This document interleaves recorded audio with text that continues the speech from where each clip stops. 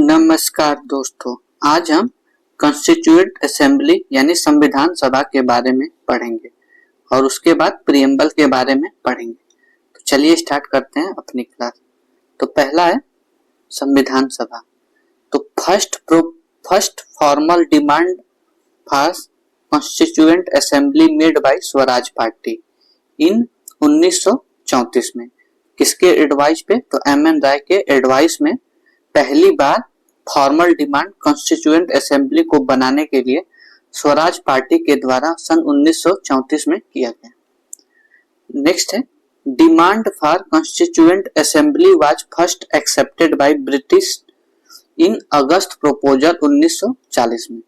अगस्त proposal 1940 में पहली बार British के द्वारा कॉन्स्टिट्यूएंट असेंबली की डिमांड को स्वीकार किया गया।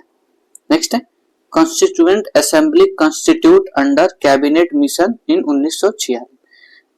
तो क्वेश्चन पूछता है कॉन्स्टिट्यूएंट असेंबली जो है किसके अंडर कॉन्स्टिट्यूट हुआ? तो कैबिनेट मिशन 1946 के अंडर कॉन्स्टिट्यूट हुआ था। तो ये ध्यान रखिएगा। नेक्स्ट है पहला सेशन जो है ये 9 दिसंबर 1946 को होगा।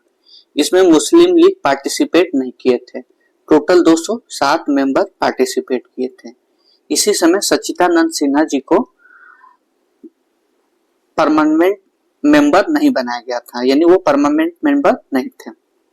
फिर लास्ट सेशन कब हुआ था? तो 24 जून 1950 को लास्ट सेशन हुआ था। कॉन्स्टिट्यूएंट असेंबली को एडॉप्ट और इनेक्ट कब किया गया था? तो 26 नवंबर 1949 को इनेक्ट किया गया था। और ये फोर्स में कब आया था? तो 26 जनवरी 1950 को फोर्स में आया था। टोटल 2 साल 11 महीने 18 दिन लगे थे कॉन्स्टिट्यूशन को बनाने में। टोटल सेशन कितने हुए थे? तो टोटल 11 सेशन हुए थे। तो इसमें क्वेश्चन क्या क्या पूछता है? इसमें क्वेश्चन पूछता है कि जो फर्स्ट मीटिंग हुई थी उसमें कितने लोगों ने साइन किया था? तो 207 मेंबर ने साइन किया था।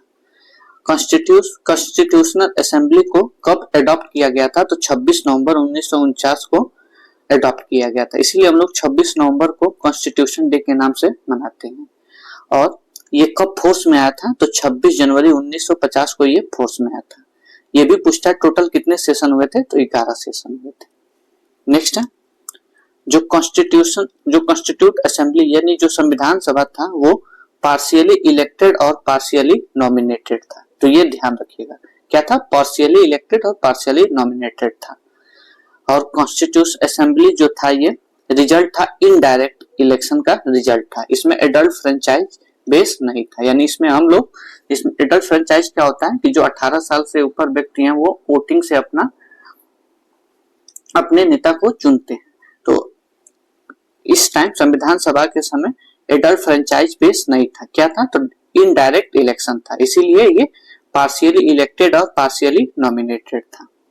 नेक्स्ट है टोटल मेंबर उस समय कितने थे? तो 389 मेंबर थे जब कॉन्स्टिट्यूशनल असेंबली का गठन हुआ था। तो उसमें 296 मेंबर जो थे ये नॉमिनेटेड बाय प्रोविंशियल असेंबली से नॉमिनेटेड थे और 93 मेंबर जो है ये प्रिंसिपली स्टेट से नॉमिनेटेड थे। तो ये क्वेश्चन पूछता है 93 किस प्रिंसिपली स्टेट से कितने मेंबर नॉमिनेटेड थे? तो 93। लेकिन जब भारत का पार्टीशन हुआ 1947 में तो जो ये 389 था वो घट के कितना हो गया? तो 299 हो गया, क्योंकि इसमें से कुछ लोग कहाँ चले गए? पार्टीशन के बाद पाकिस्तान चले गए। तो इसीलिए ये घट के 299 हो गया। अब 299 मेंबर में 229 मेंबर जो थे ये प्रोविंशियल असेंबली के थे और 70 मेंबर जो थे इसमें प्रिंसिपली स्टेट के थे। इसमें टोटल महिलाएं कितनी थी? तो 15 थी। शेड्यूल ट्राइब से कितने मेंबर थे? तो 33 थे। शेड्यूल कास्ट से टोटल मेंबर कितने थे? तो 28 थे। और इंडिपेंडेंट असेंबली मेंबर कितने थे? तो 8 थे। तो ये क्वेश्चन अभी तक नहीं पूछा है 8 वाला, तो ये पूछ सकता है। टोटल मुस्लिम लीग से कितने लोग थे? तो 73 और कांग्रेस से 208 सीट थी जो कि इलेक्शन बेस्ड रिजल्ट था। अब नेक्स्ट है इंडियन क्रिश्चियन और बैकवर्ड ट्राइब्स के इक्वल रिप्रेजेंटेशन थे कॉन्स्टिट्यूशन असेंबली में। कितने? तो 6 सीट थे। जो मेंबर थे कॉन्स्टिट्यूशनल असेंबली के वो elected by legislature assembly in various provinces, तो ये इलेक्टेड थे और पार्शियली नॉमिनेटेड भी थे। मुस्लिम लीग ने कॉन्स्टिट्यूशन असेंबली को बाइकआउट किया था, तो क्वेश्चन पूछ सकता है मुस्लिम लीग ने कॉन्स्टिट्यूशन असेंबली को बाइकआउट किया था, क्यों किया था? क्योंकि ये एक सेपरेट कॉन्स्टिट्यूशनल असेंबली चाहते थे मुस्लिम कम्युनिटी के लिए, इसीलिए मुस्लिम लीग ने कॉन्स्टिट्यूशन असेंबली को बाइकआउट किया था। फिर Indian constitution will be according to will of India, ये किसने बोला था? तो महात्मा गांधी ने बोला था कि जो इंडिया का कॉन्स्टिट्यूशन है वो विल बी, वो किसके अकॉर्डिंग है? तो विल ऑफ इंडिया के अकॉर्डिंग है। प्रोमिनेंट लीडर जैसे महात्मा गांधी, जिन्ना, ये लोग, इन लोगों ने कॉन्स्टिट्यूशन असेंबली में पार्टिसिपेट नहीं किया था और ना ही ये लोग उसके मेंबर भी थे। नेक्स्ट है भीमराव अंबेडकर जो है पहली बार कॉन्स्टिट्यूशन असेंबली में किधर, कहां से इलेक्ट हुए थे? तो ईस्टर्न पार्ट ऑफ बंगाल से इलेक्टेड हुए थे। जो constitution assembly discussion also influenced by people opinion, ये क्वेश्चन एक स्टेटमेंट में पूछ देता है, क्या कॉन्स्टिट्यूशन असेंबली डिस्कशन जो होता था वो पीपल के ओपिनियन के बेस पे भी था? तो हाँ, वो भी बेस पे था। इसमें पीपल के ओपिनियन भी कहीं कहीं माने जाते थे अगर उचित लगता था तो। फिर नेक्स्ट हम अब इसमें डेट देख लेते हैं, ये इंपॉर्टेंट डेट कई एग्जामों में पूछा हुआ है। जैसे कैबिनेट मिशन का गठन कब हुआ था? तो 16 मई 1946 को। जो क्वेश्चन पूछता जो है कॉन्स्टिट्यूशन असेंबली किसके अंडर कॉन्स्टिट्यूट हुआ? तो ये कैबिनेट मिशन के अंदर ही इंस्टीट्यूट हुआ। कॉन्स्टिट्यूशन असेंबली का फॉर्मेशन कब हुआ था? तो 6 दिसंबर 1946 को फॉर्मेशन हुआ था। और पहला मीटिंग कब हुआ था? तो 9 दिसंबर 1946 को पहला मीटिंग हुआ था। और इसी समय सच्चिदानंद सिन्हा जी को नॉन परमानेंट मेंबर बनाया गया। और परमानेंट मेंबर पहले कौन थे? तो डॉक्टर राजेंद्र प्रसाद थे। फिर ऑब्जेक्टिव रिजोल्यूशन कब प्रेजेंट किया गया? तो 13 दिसंबर 1946 को ऑब्जेक्टिव रिजोल्यूशन जवाहरलाल नेहरू के द्वारा प्रेजेंट किया गया। और ऑब्जेक्टिव रिजोल्यूशन पास कब हुआ था? तो 22 जनवरी 1947 को पास हुआ था।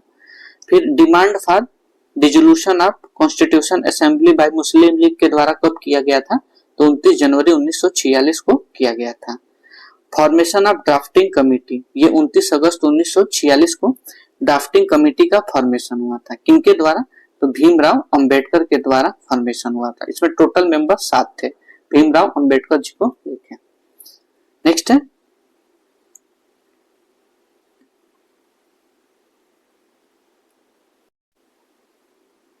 नेक्स्ट क्या है? ड्राफ्टिंग कमेटी का गठन कब हुआ था? तो 29 अगस्त 1947 को। और ड्राफ्टिंग कमेटी अपना पहला रिपोर्ट कब असेंबली को प्रेजेंट की? तो 21 फरवरी 1948 को प्रेजेंट की। अब इसमें कॉन्स्टिट्यूशन की रीडिंग कभी कभी पूछ देता है, तो पहला रीडिंग जो है ये 4 से 9 नवंबर 1948 के बीच हुआ। सेकेंड रीडिंग जो है ये 15 नवंबर 1948 से 17 अक्टूबर 1949 के बीच हुआ। और तीसरा रीडिंग जो है ये 14 से 26 नवंबर 1949 के बीच हुआ। फिर कॉन्स्टिट्यूशन असेंबली वाज एक्सेप्टेड, कब एक्सेप्ट किया गया था यानी इनेक्ट हुआ? 26 नवंबर 1949 को। इसलिए 26 नवंबर को हम लोग कॉन्स्टिट्यूशन डे के रूप में मनाते हैं। लास्ट मीटिंग कॉन्स्टिट्यूशन असेंबली का कब हुआ था? तो 24 जनवरी 1950 को। और 26 जनवरी 1950 को कॉन्स्टिट्यूशन जो है ये फोर्स में आ गया था। हम लोग मेंबरशिप कब बने थे कॉमनवेल्थ के? तो 1949 में। ये जो हम जितने भी डेट पढ़े हैं इसका इंपॉर्टेंस क्या है? तो इस डेट का इंपॉर्टेंस है, इसमें पूछता है क्रोनोलॉजी ऑर्डर में लगाने के लिए। तो जैसे दे देगा formation of constitution assembly, objective resolution कब प्रेजेंट हुआ, 4 ऑप्शन दे देगा और डेट के अकॉर्डिंग उसको क्रोनोलॉजी ऑर्डर में लगाना है। तो ये डेट भी बहुत इंपॉर्टेंट है। नेक्स्ट है कॉन्स्टिट्यूशन असेंबली में जो परमानेंट प्रेसिडेंट कौन थे? तो राजेंद्र प्रसाद थे। और नॉन परमानेंट अभी हम लोग पढ़े थे सच्चिदानंद सिन्हा जी थे, यानी उनको टेम्पोररी परमानेंट मेंबर कौन थे? तो सच्चिदानंद सिन्हा जी थे। पहले वाइस प्रेसिडेंट कौन थे? तो एच.जी. मुखर्जी थे। और दूसरे वाइस प्रेसिडेंट कौन थे? तो बी.टी. कृष्णमाचारी थे। तो ये इंपॉर्टेंट है। फिर पहले कॉन्स्टिट्यूशन असेंबली के सेक्रेटरी कौन थे? तो H.B.R. अयंगर थे। कॉन्स्टिट्यूशन असेंबली का सिंबल क्या था? तो एलिफेंट था। Chief drafter of constitution assembly कौन थे? तो एस.एन. मुखर्जी थे। कैलीग्राफर ऑफ कॉन्स्टिट्यूशन कौन थे? तो प्रेम बिहारी नारायण रायजादा थे। और हिंदी कैलीग्राफर ऑफ कॉन्स्टिट्यूशन कौन थे? तो बसंत कृष्ण वैद्य थे। Beautification of original version of constitution को ब्यूटिफिकेशन कौन दिए थे? तो नंदलाल बोस और बी.आर. सिन्हा दिए थे। Original constitution hand written by, original constitution को हाथ से किसने लिखा था? तो प्रेम बिहारी नारायण के द्वारा लिखा गया था। नेक्स्ट है committee on function of constitution assembly के कौन थे? तो ये जी.बी. मावलकर थे। हाउस कमिटी कौन थे? तो पताबी सीतारमैया थे। ऑर्डर ऑफ बिजनेस कमिटी के हेड कौन थे? तो के.एम. मुंशी थे। Ad hoc committee on national flag के हेड कौन थे? तो राजेंद्र प्रसाद थे। नेक्स्ट है, तो ये हमारे कॉन्स्टिट्यूशन असेंबली से रिलेटेड कुछ इंपॉर्टेंट फैक्ट हैं, तो इसको आप लोग ध्यान रखिएगा। अब आता है प्रीएम्बल यानी प्रस्तावना।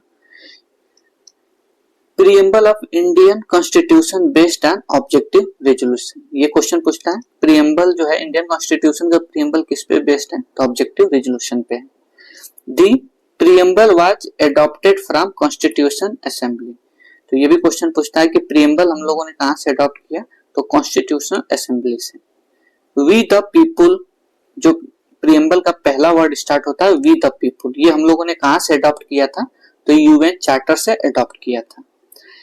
आइडिया यानी सोर्स ऑफ प्रीएम्बल हम लोगों ने यूएसए से लिया है और लैंग्वेज ऑफ प्रीएम्बल हम लोगों ने ऑस्ट्रेलिया से अडॉप्ट किया है, तो ये ध्यान रखिएगा। Preamble declared India to be sovereign, socialist, secular, democratic और रिपब्लिक। ये इसी फॉर्मेट में रहता है। तो प्रीएम्बल क्या डिक्लेयर करता है इंडिया को? तो इंडिया जो है ये सॉवरेन है, सोशलिस्ट है, सेकुलर है और डेमोक्रेटिक और रिपब्लिक है, तो ये ध्यान रखिएगा। जस्टिस कितने प्रकार के हमारे प्रीएम्बल में बताया गया है? तो 3 प्रकार के। कौन कौन से? सोशल, इकोनॉमिक और पॉलिटिकल जस्टिस। लिबर्टी 5 तरह के बताए गए हैं। थॉट, एक्सप्रेशन, बिलीफ, फेथ और वर्शिप, 5 तरह के लिबर्टी। और 2 तरह के इक्वालिटी, स्टेटस इक्वालिटी और अपॉर्चुनिटी इक्वालिटी। और फ्रेटर्निटी 1 होता है। फ्रेटर्निटी का मतलब क्या होता है? तो assuring dignity of individual and unity and integrity of nation. ये डायरेक्ट स्टेटमेंट देता है, assuring dignity of individual and unity and integrity of nation is known as fraternity. तो ये ध्यान रखिएगा और इसी फॉर्मेट में हमको याद रखना है। तो इसको हम लोग एक आर्टिकल हम लोग पढ़े हैं 352 आर्टिकल नेशनल इमरजेंसी का, तो इसी हिसाब से रखिएगा। 3 तरह का जस्टिस, 5 तरह का लिबर्टी और 2 तरह का इक्वालिटी। जस्टिस कौन कौन से हैं? सोशल, इकोनॉमिक और political. Liberty thought, expression, belief, faith, worship. और इक्वालिटी स्टेटस और अपॉर्चुनिटी, तो ये ध्यान रखिएगा। अब नेक्स्ट है एक्चुअल कॉन्स्टिट्यूशन पोजीशन ऑन 26 नवंबर 1949। जब 26 नवंबर 1949 को हम कॉन्स्टिट्यूशन को अडॉप्ट किए थे, उस समय एक्चुअल पोजीशन हम लोग क्या थे? तो सॉवरेन, डेमोक्रेटिक और रिपब्लिक थे। उस समय सेकुलर वर्ड नहीं जुड़ा था। नेक्स्ट है हम लोगों ने प्रीएम्बल को अडॉप्टेड ऑन 26 नवंबर 1949 और ये हम लोग 12 कहां से किए हैं? तो यूएसए से। फिर preamble is not enforceable in court, ये ध्यान रखिए। प्रीएम्बल जो है आप क्वेश्चन देगा is not enforceable in court में हम लोग इसको इनफोर्सेबल नहीं कर सकते। डीपीएसपी और फंडामेंटल ड्यूटी को भी हम लोग इनफोर्सेबल कोर्ट में नहीं कर सकते हैं, लेकिन फंडामेंटल राइट्स को हम लोग इन्फोर्स कर सकते हैं, तो ये ध्यान रखिएगा।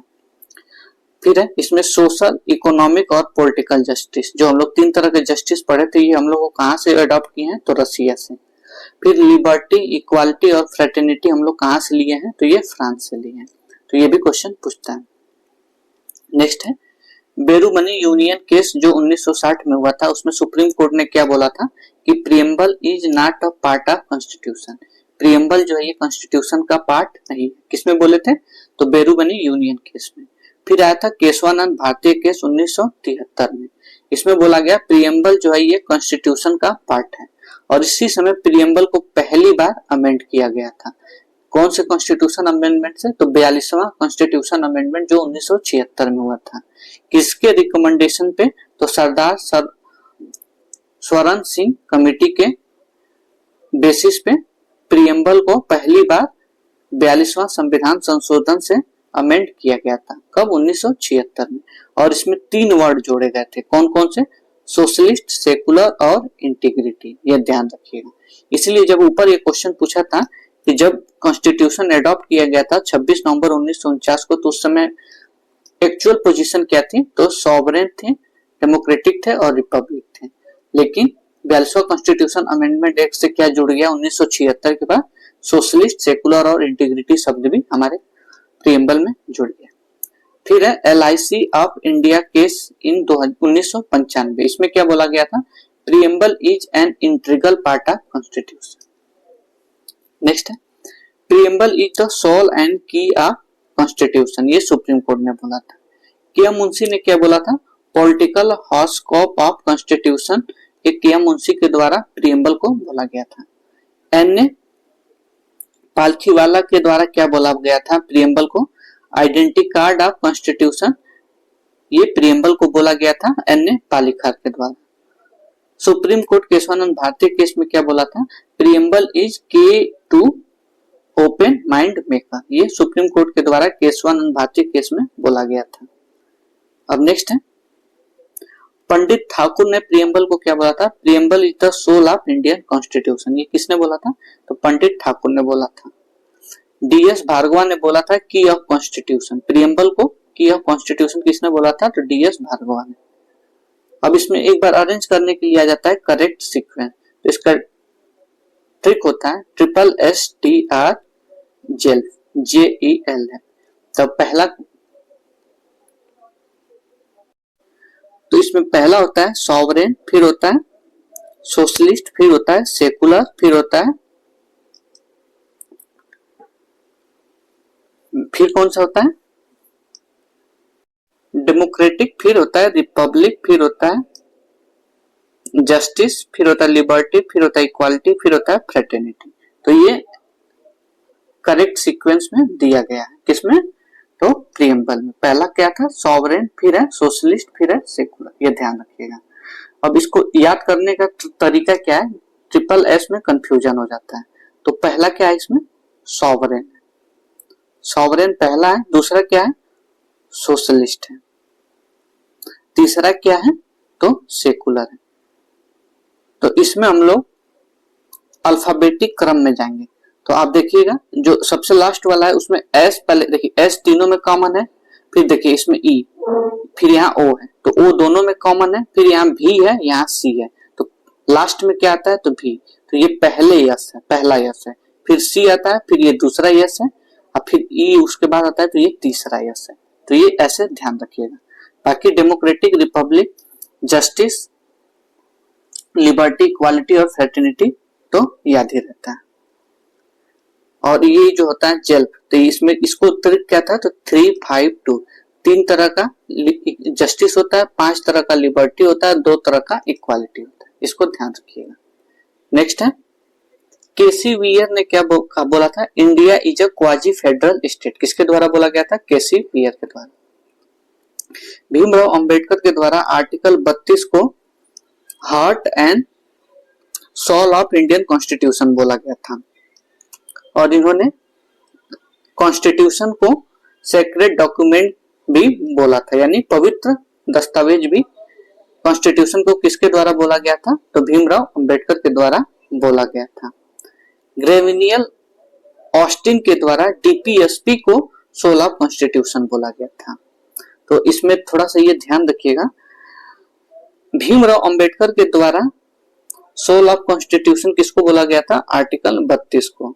और ग्रेविनियल ऑस्टिन के द्वारा DPSP को सोल ऑफ कॉन्स्टिट्यूशन बोला गया था। ऐसे पूछे सोल ऑफ कॉन्स्टिट्यूशन किसको बोलते हैं? तो प्रीएम्बल को बोलते हैं।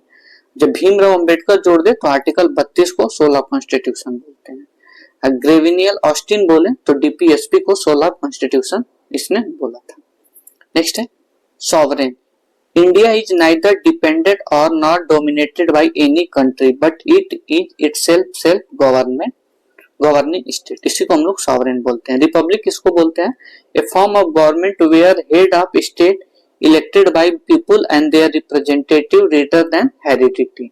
हेरिडिटी बेस नहीं होता है, इसमें पीपल के द्वारा इलेक्ट होके भेजे जाते हैं।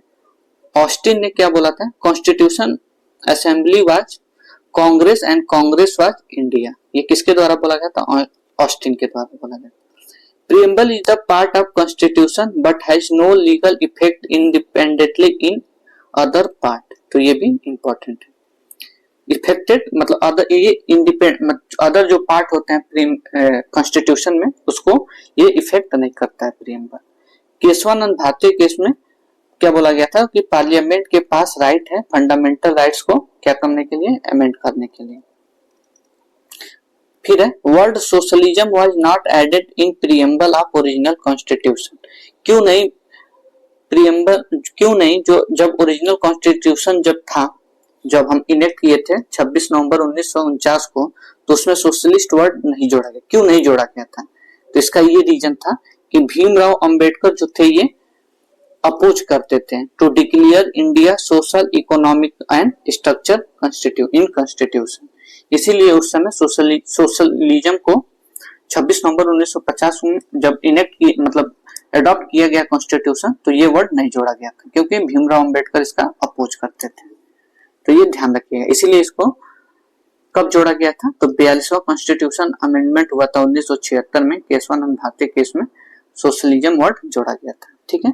नेक्स्ट है preamble fundamental duty are directly seek to promote feeling of fraternity. तो ये क्वेश्चन पूछता है फीलिंग ऑफ फ्रेटर्निटी कौन प्रोवाइड करता है? तो प्रीएम्बल और फंडामेंटल ड्यूटी। इसमें याद रखिएगा डीपीएसपी नहीं होता है। नेक्स्ट है preamble can be amendment by special majority in both houses. तो आप parliament but basic structure of preamble can not be amendment. मतलब प्रीएम्बल को हम लोग अमेंडमेंट अगर करना है तो स्पेशल मेजॉरिटी से ही ये अमेंडमेंट हो सकता है। और एक बात का ध्यान रखना है कि जो बेसिक स्ट्रक्चर है प्रीएम्बल का वो चेंज नहीं होना चाहिए। तो ये हमारे दो इंपॉर्टेंट टॉपिक थे, प्रीएम्बल और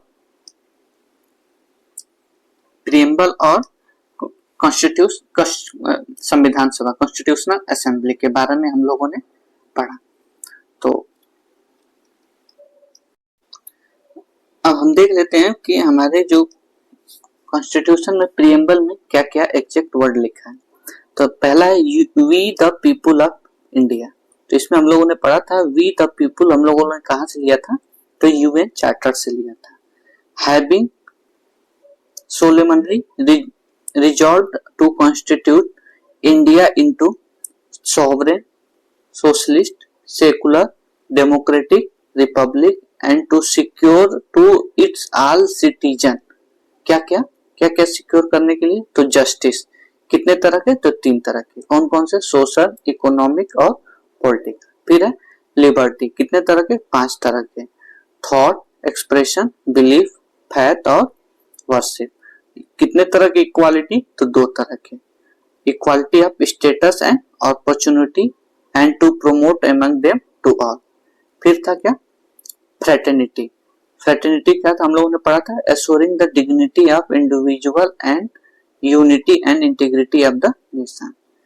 फिर नीचे क्या लिखा है? In our constitutional assembly this 26 days two of November 1949 do hereby adopted and enacted and give to ourselves this constitution। यानी 26 नवंबर 1949 को हम लोगों ने कॉन्स्टिट्यूशनल असेंबली को अडॉप्ट किया था और इनेक्ट किया था। तो ये हमारे कुछ इंपॉर्टेंट थे, तो ध्यान रखिएगा।